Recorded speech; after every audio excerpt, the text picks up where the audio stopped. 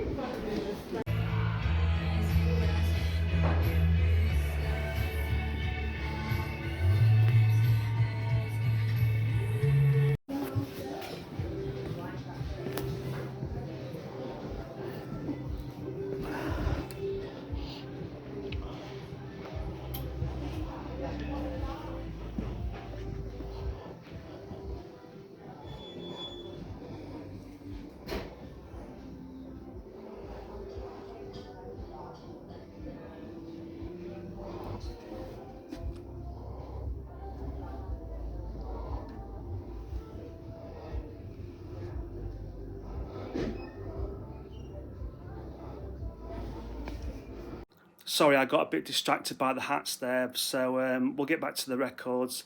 So I had a quick look around, I think Vinyl Resting Place, and it was really cool. There was loads of stock, but unfortunately I didn't really have that much time to go through it all properly, but it's definitely a place I'm going to go back and check out next time I go to Manchester.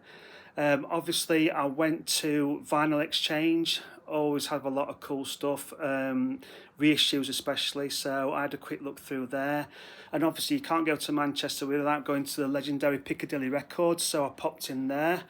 And you know, when you're record hunting just before Record Store Day, you're always in mind and thinking, you know, I can't really afford this because of Record Store Day coming.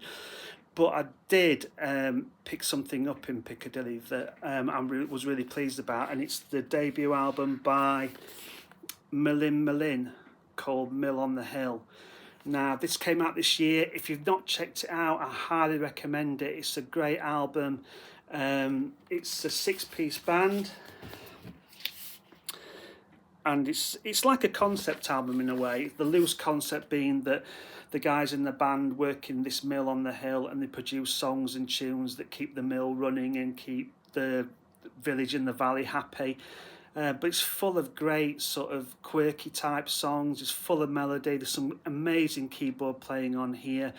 They've also got a pedal steel guitarist in the band, so there's a really nice pedal steel sort of country edge to the songs.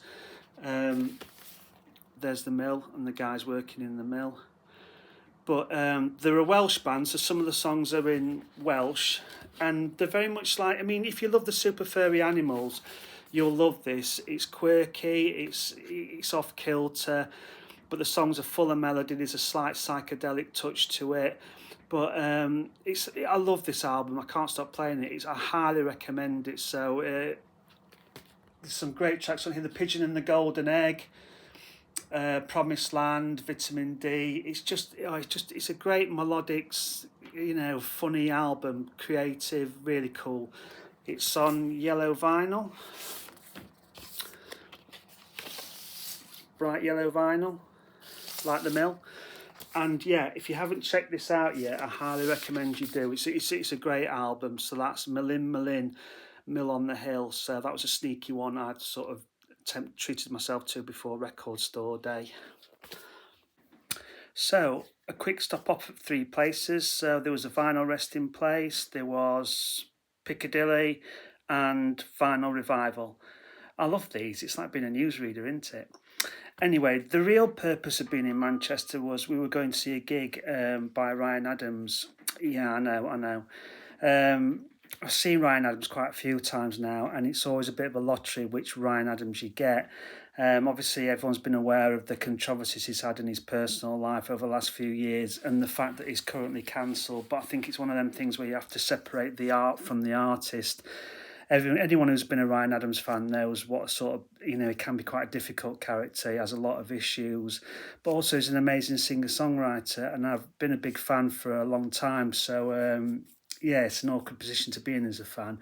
I last saw him 2 years ago in York, and it was just after all the controversy had landed, or he'd been festering for a while, and he was very subdued, very laid back, just did an acoustic set for 2 hours, really good, no controversial things happening at all. I'm sure you've heard about all the Belfast gig and what a car crash that ended up being. So I wasn't sure what to expect for when we went to see him, but it was a mixture. It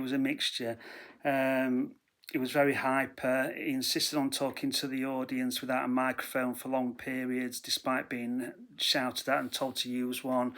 There were lots of stories about him loving doing heroin speedballs and things like that. There was a few comments he was making about women, which he probably shouldn't be making after all the things he's gone through. And it was quite an eccentric gig. But on the plus side, the songs are fantastic. He's touring Heartbreaker at the moment. I think he's 25 years Heartbreaker, that's right. He was touring that album.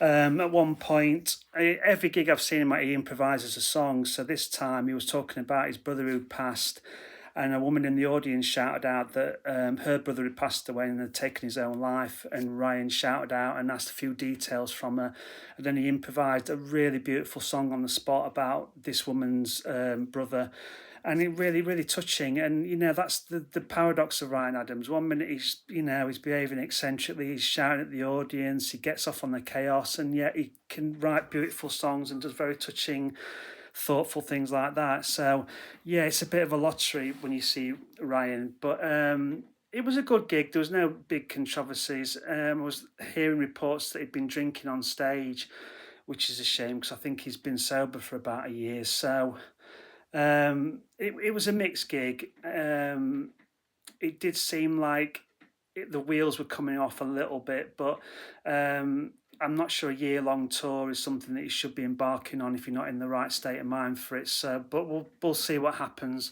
as it plays out. So I enjoyed the gig on the whole. It was a good gig. And obviously he was touring this album, which is Heartbreaker, released in 2000. It's a lot of people's entry point into Ryan Adams, and it was the album that broke him as a solo artist. Although, to be honest with you, a lot of people regard this as a classic. I'm not one of those. I got into Ryan Adams a couple of albums down the line from this one, and I think your entry point is always important. So it's a good album. It's got a lot of the classics on it, but I wouldn't say it's my particular favourite Ryan Adams album. But it's got some great standards on it. It's got My Winding Wheel, Damn Sam, I Love a Woman That Rains is classic. Come Pick Me Up, Why Do They Leave, and To Be Young is to Be Sad is to Be High. It is a good album, but I do think it's a bit one paced. There's too many slow songs on it which bog it down by the end, and and the production's a bit bland in my opinion, but still a good album. This is the album he's touring 25 years of Heartbreaker, but the one I'm listening to currently is one of his I think it was 2022 he released 4 albums, because Ryan is still releasing a lot of music despite the fact he's been cancelled. He is still releasing a lot of music. This is Devolver from 2022. I think he released 4 albums in 2022. I was lucky enough that I saw him at that time in York, and he had a lot of the albums on vinyl there, so I managed to pick up 3 of the 4 from the merch stand there, because it's really expensive to get them from his website or from the US. They've not been released in the UK. He released 4 albums last year as well, again on his website, and there's an Australian label that's producing them at the moment. Beautiful coloured vinyl releases, but I can't afford £50 a record, so I'm just going to have to wait until the UK label picks them up, which I don't know if they ever will or not. But anyway, this is what I'm listening to at the moment. This is the Ryan I prefer. It's 30 minutes. It's full of short 3-minute rock songs, blitzes through them. It's like 70s power pop, loads of guitar solos, really fast paced. Some great tracks on here. Marquee, Stare at the TV, Don't Give It Away, and a sort of Springsteen sort of inversion called Too Bored to Run, which is a fan favourite, in which he says, well, what if champs like us aren't bored to run? And it's quite a clever song, but I've been loving this from 2022. Like I said, this is the Ryan Adams I prefer, the fast pace, the rocking Ryan Adams, and this is a nice pressing on his own Pac Sam label. It's just black vinyl. So yeah, that's what I'm listening to at the moment. So that was Manchester, and that was the reason for Manchester. So after the Manchester adventures, the week after, me and my wife had a few days away in the Cotswolds, which was really nice, and I've never been there before, and it's just a really beautiful part of the world. Lots of quaint little villages. We had lovely weather, and as you do as a hard and vinyl collector, when you go somewhere different, you always Google the record shops in the area. So the first one I encountered was in Oxford town centre, and it was called Riverman Records, and I'm sure you can see where they got the inspiration for the shop from, and that was a great shop. It was only a small shop, it had loads of stock, it was really competitively priced, had lots of bargains, and I could have done some absolutely serious damage in that shop had it not been record store day. But my resolve at this point broke, and I did get a few cheap things, and much to my wife's annoyance, before record store day, but I couldn't help myself, you know what it's like. So I picked up a few bits and bobs there. I haven't listened to any of these yet, but first one was The Byrds, Ballad of Easy Rider. I've been after this for a while. I've now got all the Byrds albums, apart from the comeback one, which I'm not sure if I'm not bothered about, but I like the Byrds' later country rock albums, and this was one that has been missing for years in my collection, so I saw a cheap copy of that, so I picked it up. Next, an album that's been recommended to me a lot over the years. Again, I haven't heard this yet, but it's been mentioned to me time and time again, and that's Pavlov's Dog and Pampered Menial. Looking forward to listening to that. So that was a good buy as well. From 1975 on CBS. So I thought I'd take a chance on that. I also picked up another gap in my collection. Obviously got a lot of Deep Purple albums, but I've got a few gaps, and this is one of them, Come Taste the Band. I'm not sure what mark this Deep Purple is. Is it Mark 3, Mark 4?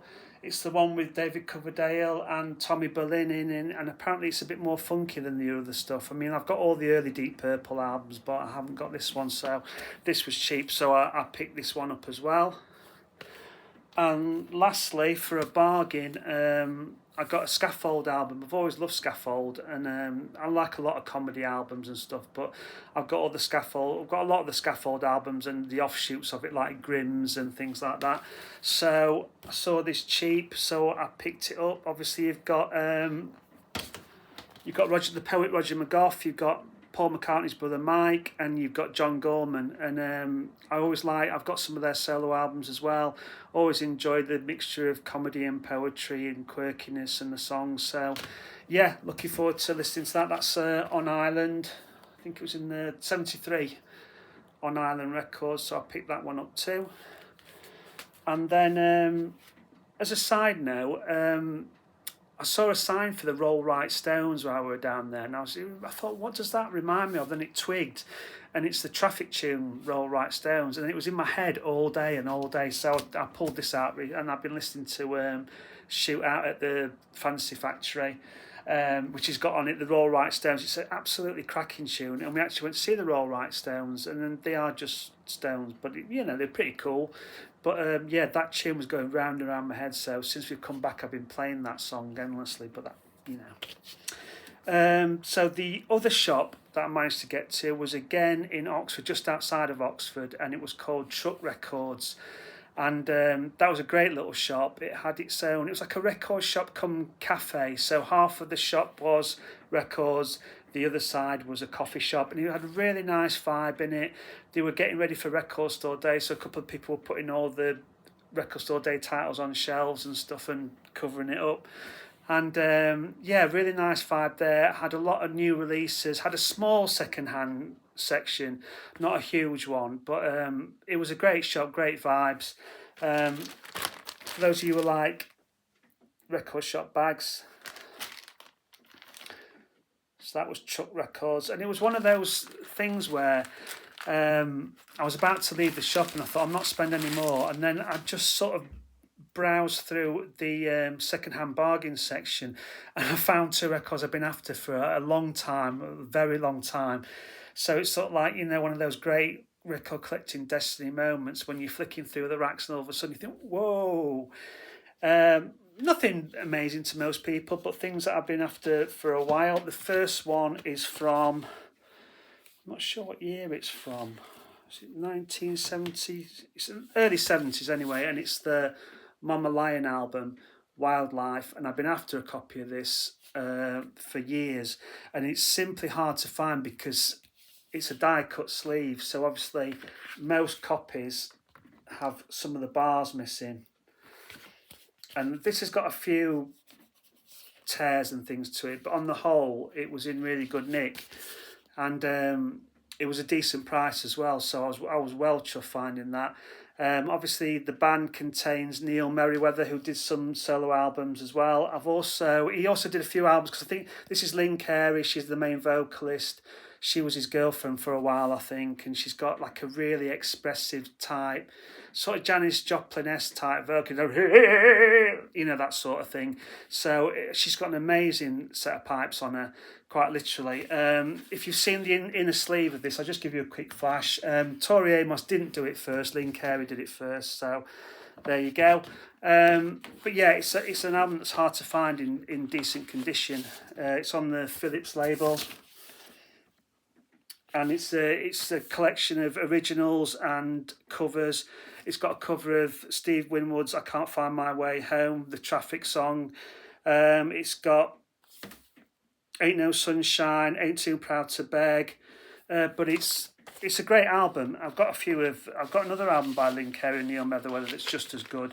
Obviously Lynn Carey, I think she did some of the vocals for the soundtrack for the Beyond the Valley of the Dolls, the Russ Meyer film, which is a great film, great soundtrack, and obviously the distinctive vocals on a lot of the songs. I think Lynn Carey did provide them. So yeah, that's Mama Lion's Wildlife. I've been after that for ages, so I was well chuffed to get a copy of that in semi-decent nick. And the other one is a disco album, and I love disco albums. And someone mentioned this to me a couple of years ago, and I've been after a copy of it ever since. And it was there in the racks, and it was a decent price. And it's the Wonder Band's Stairway to Love. It was released in 1979, of course, because it's disco. And the thing I like about this, and what's different about it, is it's in fact a Led Zeppelin disco album. So you've got the best of both worlds. You've got disco and you've got the songs of Led Zeppelin. I mean, how can you go wrong with that? So the first side is like a medley. So you've got Stairway to Heaven, and Whole Lot of Love in a 15-minute version, discified. I mean, what more? I mean, that is just, it's what you dream of, isn't it, as a Led Zeppelin fan, I think. Well, I do anyway. But yeah, superb album, really cheap. It's not really hard to find, and it's not particularly expensive. But if you like disco and you like something a bit different, check it out. Especially if you're a Zeppelin fan, it's brilliant. And the second side is just as good. It's called the Wonderful Medley, which doesn't sound great, but again, it's just like a long disco-fied 15-minute workout with lots of percussion and all that sort of thing. So if you ever see it cheap, which you probably will do, pick it up, honestly, it's great. So I was well chuffed going to Trucks, so I picked up two albums I've been after for a while, so I was really chuffed with that. So yeah, that was all before Record Store Day, which didn't really help. So the next time I can afford a record will probably be 2027, so that will be when my next video is. So as usual, that's my Vinyl Adventures. Thanks for watching, thanks for putting up with me, and I'll see you on the next video.